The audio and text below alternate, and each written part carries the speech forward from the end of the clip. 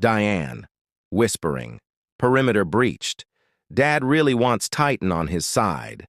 If I can just find out what Titan likes, his favorite snacks, his hobbies, Dad will finally have a way to break the ice.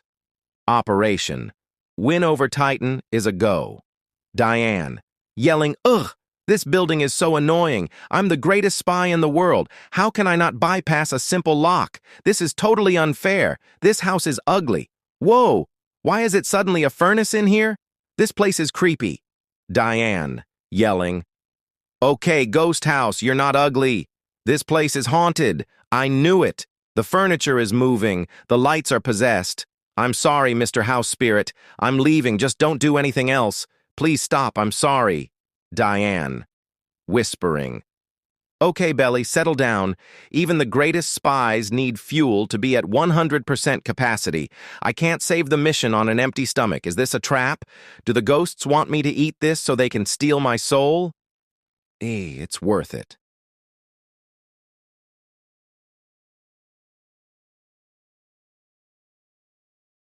Alice, "Is that the most famous girl in the world?" Alex, "She looks like she fought a sandwich and lost." Titan, "Hey, Wally. Your daughter managed to sneak into my penthouse. She's asleep on my couch. She's safe." Wally, "Diane?" Titan, "Thank God. We've been searching everywhere. She's okay? Please, can you bring her back? I just need to make sure she gets home safely." Titan, "She's staying put for now. I've got a family dinner with the Sterlings this weekend. I'll drop her off once that's cleared. She's perfectly fine here." Wally, "Understood, Titan. Thank you. Just keep her safe." Diane, "Oh, you're back. Don't think I was just napping. I was performing high-level surveillance." Titan, "Surveillance, huh? And what did you find, Agent?" Diane, yelling, "Wait, Titan! You're actually back!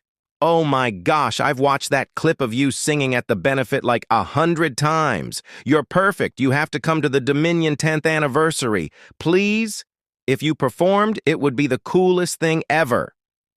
Alice, whispering, "Did she just call an 8-year-old perfect?" Alex, whispering, "She's totally fangirling. She's 3 years older than him, and she's acting like a total baby." Diane, yelling, "Please? You're literally the most talented person in this city. My dad would love it, and I mean everyone would be so happy." Titan, "Fine, I'll be there. But you're staying here until after the weekend. I don't want you wandering around the city. With your clearance, you can get into any floor of the building." Diane, yelling, "Yes! I knew you'd say yes. You're the best, Titan." Titan, "Use this. The room on the right is yours. It's a blank canvas. Design it however you want. Colors, layout, furniture. It's yours for the week."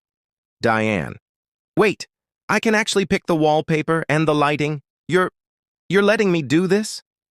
Titan, "Everyone deserves a place that feels like their own. Go on, get settled."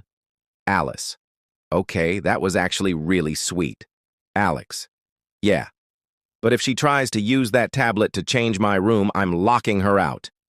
Eve, "Titan, your vitals are optimal. However, your efficiency is dropping. Resume work on Specimen 7? Titan, "I would love to, Eve. That sounds wonderful." Act 6. The Galaxy Protocol setting, the lab. The room is initially bright, but as the simulation begins, the atmosphere shifts. Titan enters and approaches the central console. He is focused, his movements sharp and precise. He begins his work, his lips moving as he speaks, not to the room but to the space beside him. "Eve, Specimen 7, initialize." The lab's lights are sucked into the workstation, as if being pulled into a vacuum, plunging the room into absolute darkness. Then, the nebula erupts, a massive, hyper-realistic swirling galaxy of violet and starlight. Amidst the stardust, the shimmering, translucent figure of Eve manifests. Titan stops. He ignores the console. He turns to the figure, his expression cold to the world, but his eyes softened by a raw, private devotion.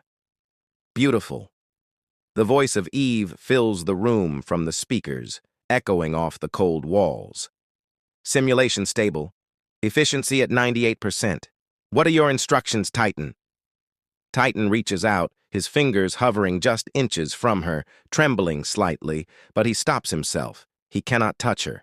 He pulls his hand back, clenching his fist as he fights the urge. Everything is perfect, just the way I imagined. He stands straight, his cold, detached mask returning. He looks into the empty air, speaking out loud while the figure of Eve remains standing in the center of the galaxy. We need a bigger stage. The stars in the nebula pulse in a steady, rhythmic pattern.